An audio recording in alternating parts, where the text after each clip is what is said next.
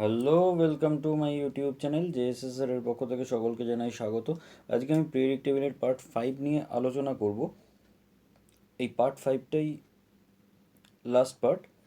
আমি পুরো যে প্রেডিক্টেবলের যে পুরো চ্যাপ্টারটা এনসিইআরটি বেসড ক্লাস 10-এর, তো পুরো চ্যাপ্টারটা আমি 5টা ভিডিওর মধ্যে কমপ্লিট করে দিচ্ছি।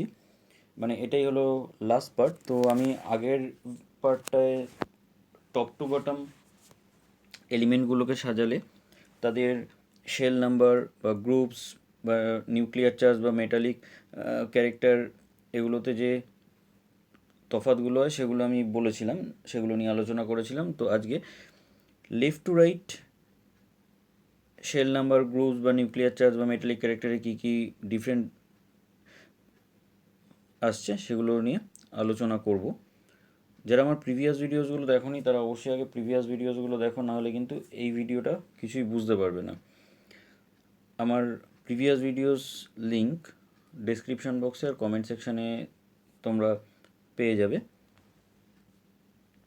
এই ভিডিওটা অবশ্যই ক্লাস 10-এর স্টুডেন্টদের জন্য যেমন ইম্পর্টেন্ট, তেমনি কিন্তু যারা রেলের এনটিপিসি দিচ্ছ বা গ্রুপ ডি দিচ্ছ বা এসএসসি এক্সাম দিচ্ছ, অর্থাৎ কম্পিটিটিভ এক্সাম দিচ্ছ যারা, তাদের জন্য কিন্তু সমানভাবে গুরুত্বপূর্ণ। কারণ সায়েন্স বেসড যে কোয়েশ্চেনগুলো হয় সেগুলো কিন্তু শুধু এমসিকিউ কোয়েশ্চেন করে গেলে হয় না, সঙ্গে কিন্তু চ্যাপ্টারের কনসেপ্টটা ক্লিয়ার রাখতে হয়, নাহলে কিন্তু এমসিকিউ কোয়েশ্চেন করা একটু মুশকিল হয়ে যায়। তো সেই জন্য অবশ্যই সবকটা ভিডিও দেখো, এবং কোনো বুঝতে অসুবিধা হলে অবশ্যই আমার কমেন্ট সেকশানে হোক বা আমার হোয়াটসঅ্যাপ গ্রুপে হোক বা আমার পার্সোনালি ফোন করেও তোমরা জিজ্ঞাসা করতে পারো, কোনো অসুবিধা নেই। অনেকেই আমায় এরকমভাবে যে জায়গাটায় বুঝতে অসুবিধা সেরকমভাবে জিজ্ঞাসা করে নেয়, তো আমি পার্সোনালিও হেল্প করবো, কোনো অসুবিধা নেই। তো অবশ্যই বুঝতে অসুবিধা হলে আমায় জিজ্ঞাসা করে নিও। চলো শুরু করা যাক আজকের ভিডিও। মডার্ন প্রেডিক্টেবলের আমি লেফট টু রাইট এলিমেন্টগুলো নিয়ে আলোচনা করব। তো দেখো, আমি যে থার্ড পিরিয়ড যেটা আছে, এই থার্ড পিরিয়ডের যে এলিমেন্টগুলো আছে, অর্থাৎ sodium, magnesium, aluminium, silicon, phosphorus, sulphur, chlorine আর আর্গন, ঠিক আছে? এই যে কটা এলিমেন্ট আছে, এই কটা এলিমেন্ট নিয়ে আমি আলোচনা করব, অর্থাৎ পিরিয়ড নাম্বার 3, মানে থার্ড পিরিয়ডটা নিয়ে আমি আজকে আলোচনা করব। থার্ড পিরিয়ডের যে এলিমেন্টগুলো সেগুলোর ইলেকট্রনিক কনফিগারেশানগুলো আমি এখানে লিখে দিয়েছি, ঠিক আছে? ইলেকট্রনিক কনফিগারেশান কীভাবে তৈরি করব সেগুলো নিয়ে আমি অলরেডি আগের ভিডিওগুলোতে আলোচনা করে নিয়েছি। তো সবগুলোর ইলেকট্রনিক কনফিগারেশনগুলো আমি লিখে নিয়েছি। এই যে পিরিয়ড নাম্বার, ঠিক আছে, আমরা এটা জানি যে যে পিরিয়ড নাম্বার, এই পিরিয়ড নাম্বার থেকে আমরা কী জানতে পারি, যে নাম্বার অফ শেল বা নাম্বার অফ অরবিট কটা হবে সেটা আমরা জানতে পারি এই পিরিয়ড নাম্বার থেকে। অর্থাৎ এগুলো যদি থার্ড পিরিয়ডের এলিমেন্ট হয়, ঠিক আছে, তার মানে থার্ড পিরিয়ডের এলিমেন্ট মানে এদের শেল নাম্বার বা অরবিট কটা হবে, 3টে হবে। Clear? Left to right number of shell সবসময় সেম থাকে। এরপর ভ্যালেন্স ইলেকট্রন, আউটার মোস্ট শেলের ইলেকট্রন, তাই তো? ভ্যালেন্স ইলেকট্রন কোনটাকে বলে? একদম আউটার মোস্ট শেলে যে ইলেকট্রনটা থাকে সেটাকেই তো বলে ভ্যালেন্স ইলেকট্রন, ঠিক আছে? তাহলে প্রথমে ভ্যালেন্স ইলেকট্রন কত? 1, তারপরে কত? 2, তারপরে কত? 3, অর্থাৎ ভ্যালেন্স ইলেকট্রন 1, তারপর এটা 2, তারপর এটা 3। দেখো এখানে এই যে আউটার মোস্ট শেলে কটা ইলেকট্রন আছে? একটা, এটাই কটা আছে? দুটো, এটাই কটা আছে? 3টে। অর্থাৎ ভ্যালেন্স ইলেকট্রন আমি আগের দিনই আলোচনা করেছিলাম যে ভ্যালেন্স ইলেকট্রন মানে আউটার মোস্ট শেলে যে কটা ইলেকট্রন থাকে সেটাই হচ্ছে ভ্যালেন্স ইলেকট্রন, তাই তো? তাহলে ভ্যালেন্স ইলেকট্রন আস্তে আস্তে বাড়ছে না? 4, 5, 6, 7, 8, তাই তো? বাড়ছে না? আস্তে আস্তে বাড়ছে না? তাহলে লেফট টু রাইট, ঠিক আছে, আমি যদি বলি লেফট টু রাইট, তো লেফট টু রাইট, ঠিক আছে, তাহলে কী হচ্ছে? ভ্যালেন্স ইলেকট্রন, ঠিক আছে, আমি ভিই দিয়ে রিপ্রেজেন্ট করছি। ভ্যালেন্স ইলেকট্রন কী হচ্ছে? বাড়ছে না, তাহলে কী হচ্ছে? ইনক্রিজ করছে, তাই তো? ভ্যালেন্স ইলেকট্রন কী হচ্ছে? ইনক্রিজ করছে, তার মানে left to right valence electron কী হবে? ইনক্রিজিং। ক্লিয়ার? আর অবশ্যই এটা খাতা আর পেন নিয়ে বসো, আমি যেগুলো বলছি সেগুলো অবশ্যই লিখে নাও, এগুলো কিন্তু ভীষণ গুরুত্বপূর্ণ, তো এই পয়েন্টগুলো কিন্তু নোট ডাউন করো। নেক্সট হলো ভ্যালেন্সি। দেখো সোডিয়ামের ক্ষেত্রে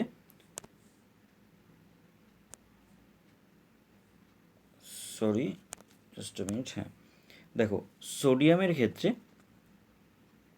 ভ্যালেন্সি কত, সোডিয়ামের ক্ষেত্রে ভ্যালেন্সি 1, তাই তো, ম্যাগনেসিয়ামের ক্ষেত্রে 2, অ্যালুমিনিয়ামের ক্ষেত্রে ভ্যালেন্সি কত 3। আমি কিন্তু এটা ভ্যালেন্সির কথা বলছি, ঠিক আছে, এটা কিসের কথা বলছি, ভ্যালেন্সি।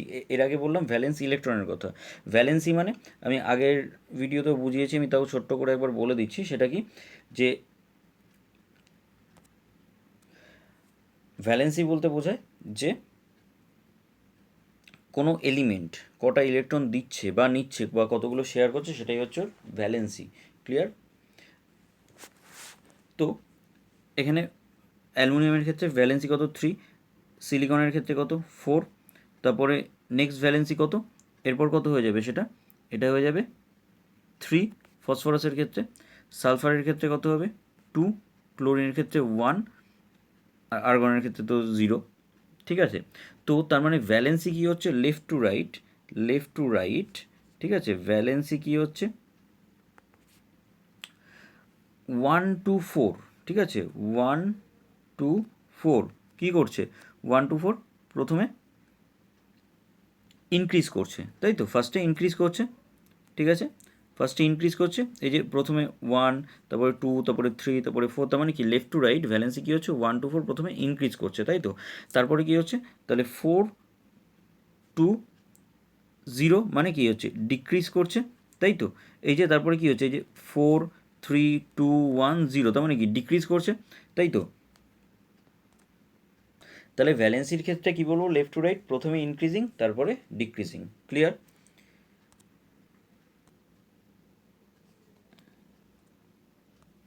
এরপর অ্যাটমিক রেডিয়াস, যে কোনো দুটো যদি আমরা অ্যাটম নিই, সোডিয়াম আর ক্লোরিনের অ্যাটম নিই, ক্লোরিনের অ্যাটমিক নাম্বার কত, ক্লোরিনের অ্যাটমিক নাম্বার 17,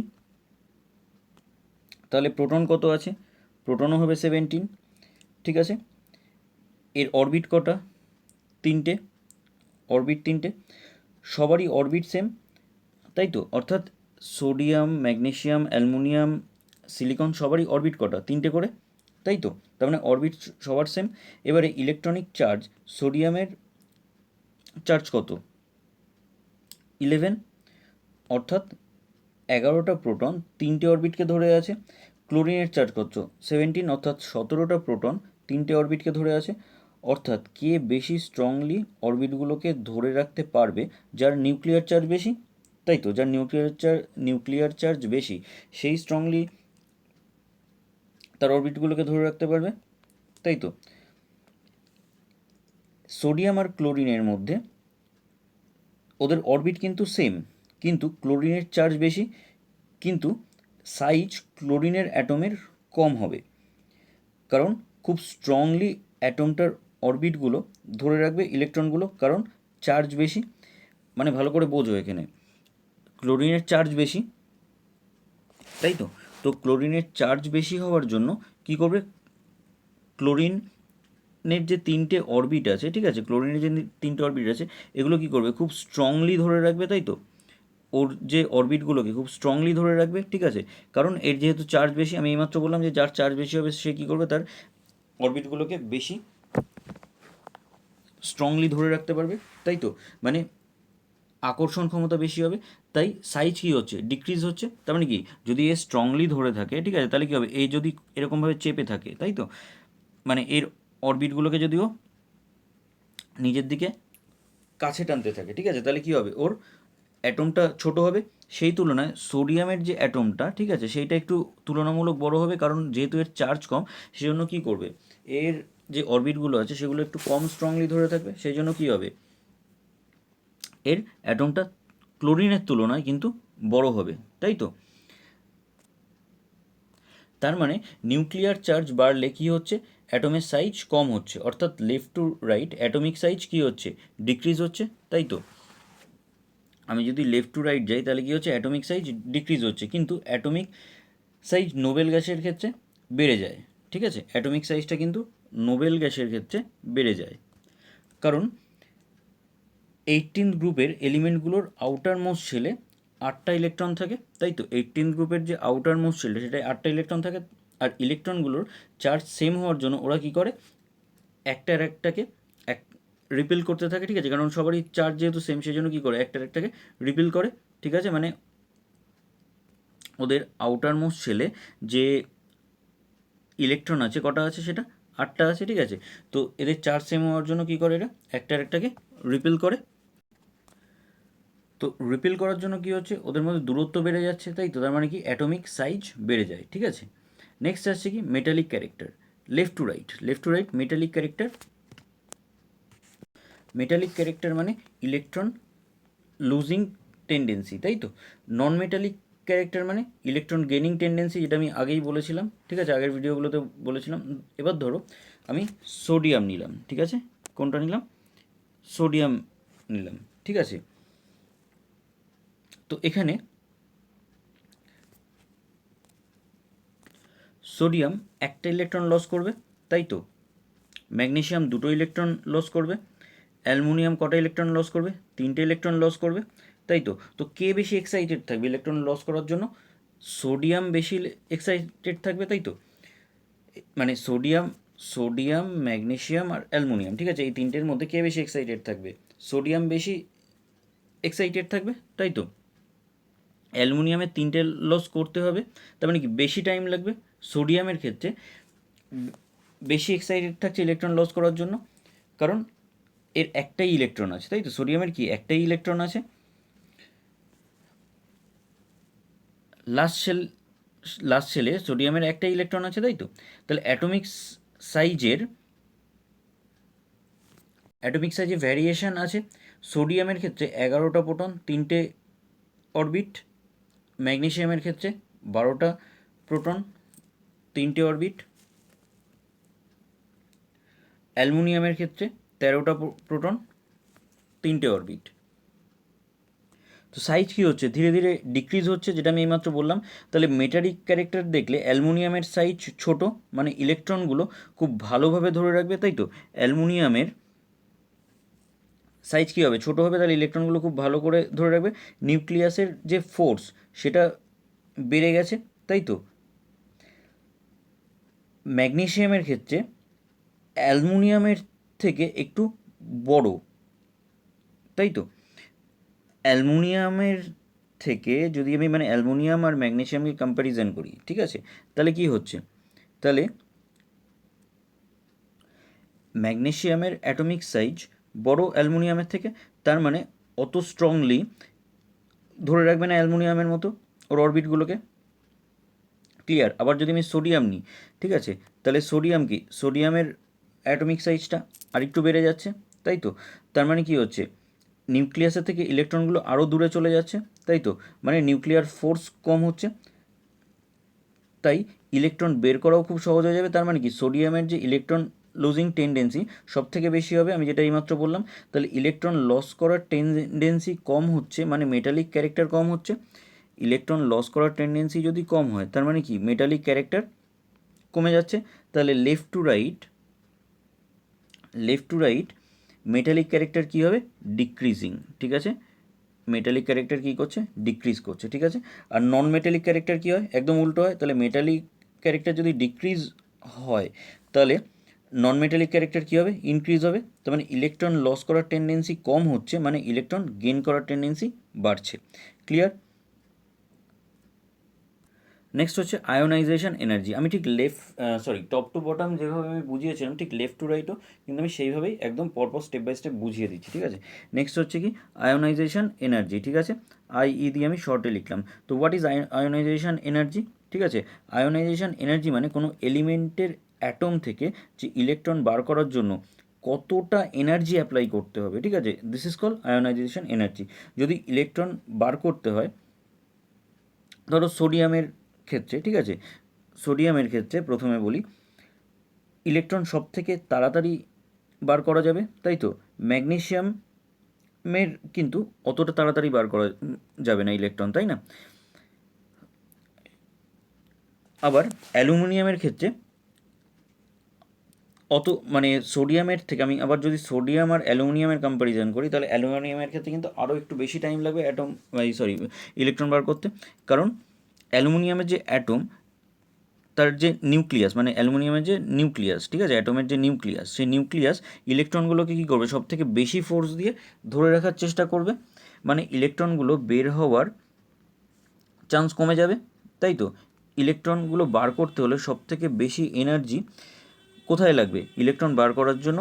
এই সোডিয়াম, ম্যাগনেসিয়াম আর অ্যালুমিনিয়ামের মধ্যে অ্যালুমিনিয়ামের ইলেকট্রন বার করার জন্য এনার্জি বেশি লাগবে।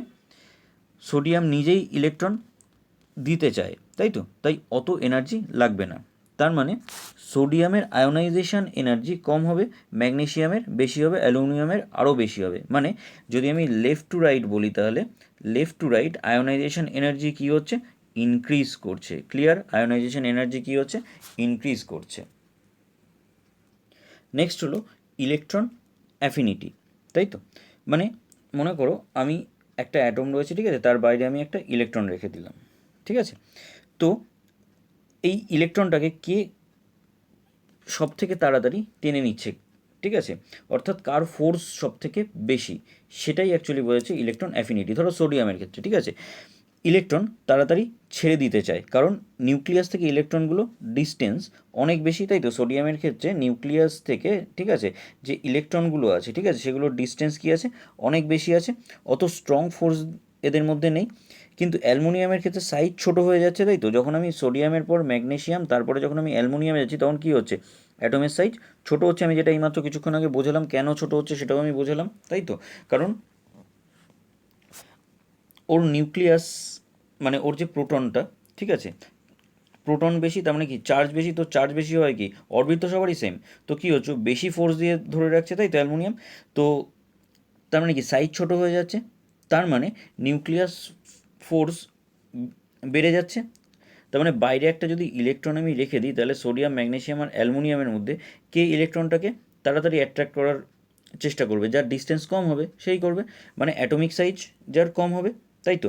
অ্যালুমিনিয়াম যত তাড়াতাড়ি ইলেকট্রনটাকে অ্যাট্রাক্ট করার করবে আর কি, ঠিক আছে, ম্যাগনেসিয়াম তার থেকে বেশি, সোডিয়াম আরও বেশি টাইম নেবে, ঠিক ঠিক আছে, অ্যাট্রাকশন করার জন্য। সব থেকে বেশি অ্যালুমিনিয়ামের ইলেকট্রন অ্যাফিনিটি বেশি, তারপর ম্যাগনেসিয়াম, তারপর সোডিয়াম। যত সাইজ কম হবে, ঠিক আছে, তত কী হবে, নিউক্লিয়াস বাইরের ইলেকট্রনকে তত বেশি ফোর্স দিয়ে কাছে টেনে নেবে, তাই তো। তাহলে লেফট টু রাইট সাইজ কমছে, তাই ইলেকট্রন অ্যাফিনিটি যেটা, ঠিক আছে, electron affinity left to right কী হচ্ছে, ইলেকট্রন অ্যাফিনিটি ইনক্রিজ করে যাচ্ছে। ক্লিয়ার? ইলেকট্রন অ্যাফিনিটি কী করছে, বাড়ছে, ঠিক আছে। ইলেকট্রন নেগেটিভিটি এর জন্য সেম হবে, ঠিক আছে, ইলেকট্রন নেগেটিভিটিও এর জন্য কী হবে, সেমই হবে। ক্লিয়ার? অর্থাৎ ইলেকট্রন নেগেটিভিটিও কী হবে, ইনক্রিজ করবে। এবারে আসছি রিঅ্যাক্টিভিটি। তো লেফট টু রাইট যে আমি এইমাত্র বললাম ভ্যালেন্সি, ঠিক আছে, তো আমি সোডিয়াম, ম্যাগনেসিয়াম, অ্যালুমিনিয়াম, সিলিকন, এই যে এলিমেন্টগুলো আছে, ঠিক আছে, লেফট টু রাইট। তো এখানে দেখো আমি এইমাত্র বললাম যে সোডিয়ামের ভ্যালেন্সি কত, 1, ম্যাগনেসিয়ামের কত, 2, অ্যালুমিনিয়ামের 3, তাই তো,